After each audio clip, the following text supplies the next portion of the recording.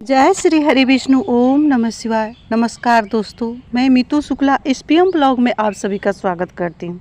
आइए इस वीडियो के माध्यम से जानते हैं कि 2024 में मार्गशीर्ष मास की अमावस्या तिथि कब से शुरू हो रही है और कब समापन हो रहा है। इसका मार्गशीर्ष मास को हिंदू धर्म में एक पवित्र महीना माना जाता है।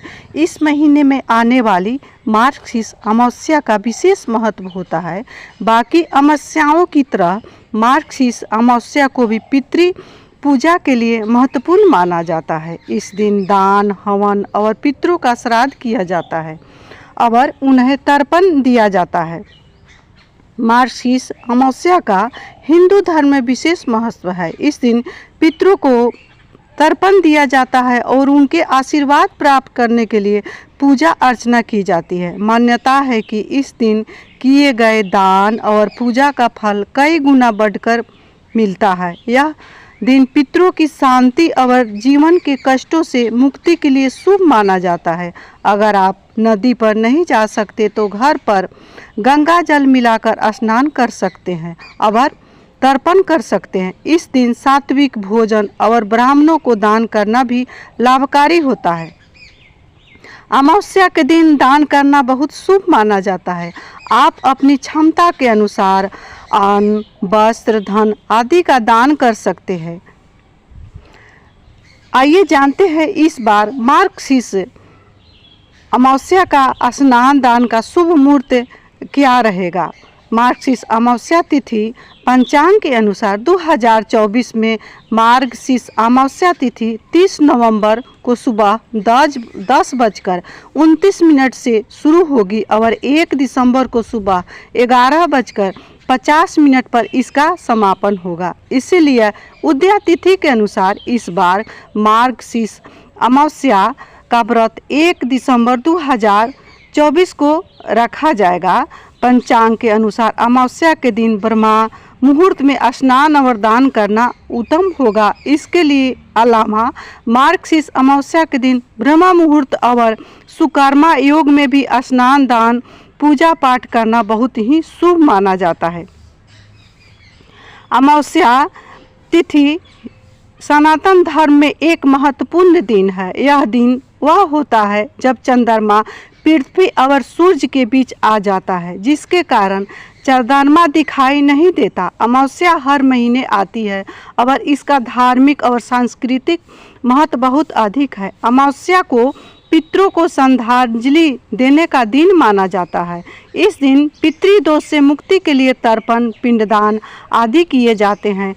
मान्यताओं के अनुसार अमावस्या के दिन शनि देव की पूजा करने से शनि दोष से मुक्ति मिलती है। कई लोग अमावस्या के दिन व्रत भी रखते हैं। अमावस्या के दिन कई तरह के धार्मिक अनुष्ठान भी किए जाता है। अगर अमावस्या के दिन अपने घर का साफ सफाई अच्छे से कर लेते हैं तो आपका पितृदोष ऐसे ही समाप्त हो जाता है।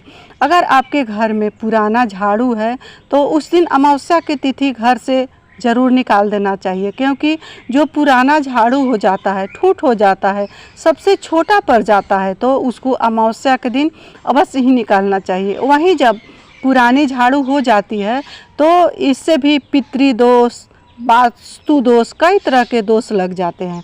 तो इसलिए अमावस्या तिथि कई दृष्टिकोण से शुभ माना जाता है। ये अमावस्या दिन पितरों के निमित्त तो है ही, ये लक्ष्मी का भी दिन होता है। अगर इस तिथि पर माँ लक्ष्मी, विष्णु भगवान महादेव का विधि विधान से पूजा किया जाता है तो घर में सुख संपदा की कभी कमी नहीं होती।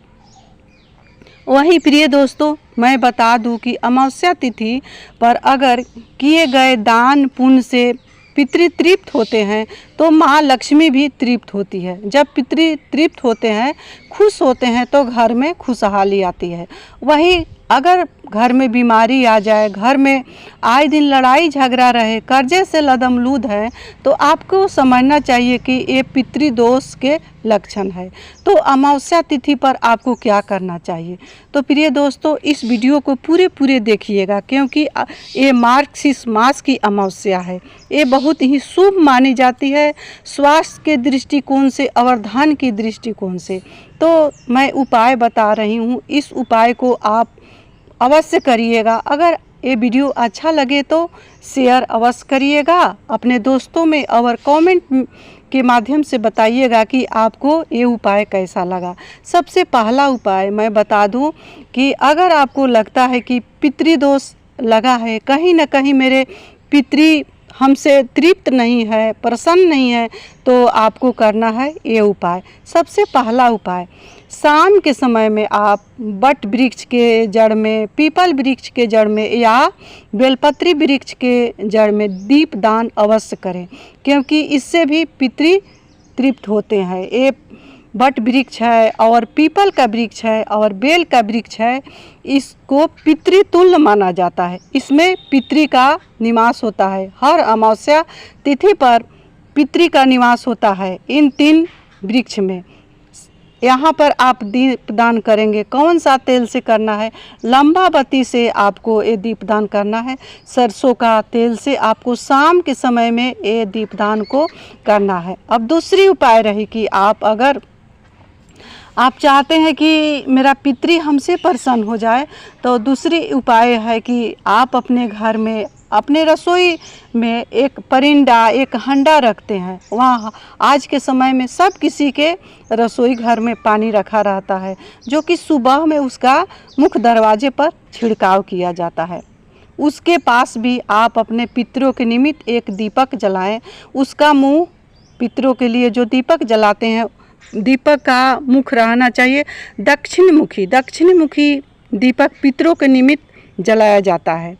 उसको आप दीपक जला करके और अपने पितृ से क्षमा मांगें, उनसे दया कृपा का वरदान मांगें और अपने पितृ से कहें कि आज से मेरे घर में जो भी लड़ाई झगड़ा है, रोग दुख है और कष्ट पीड़ा है, उससे आप निकालिए। इस तरह से अपने पितरों से क्षमा मांगें।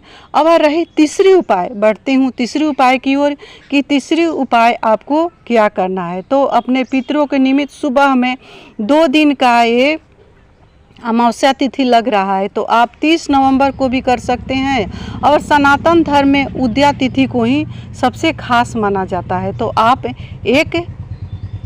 30 नवंबर को या 1 दिसंबर को भी आप कर सकते हैं। दोनों दिन आप कर सकते हैं। उदया तिथि खास माना जाता है क्योंकि शाम का जो दीपदान है वो आप 30 नवंबर को ही करेंगे और सुबह वाली जो स्नान दान का जो अमावस्या है उसको 1 दिसंबर को करेंगे उदया तिथि में।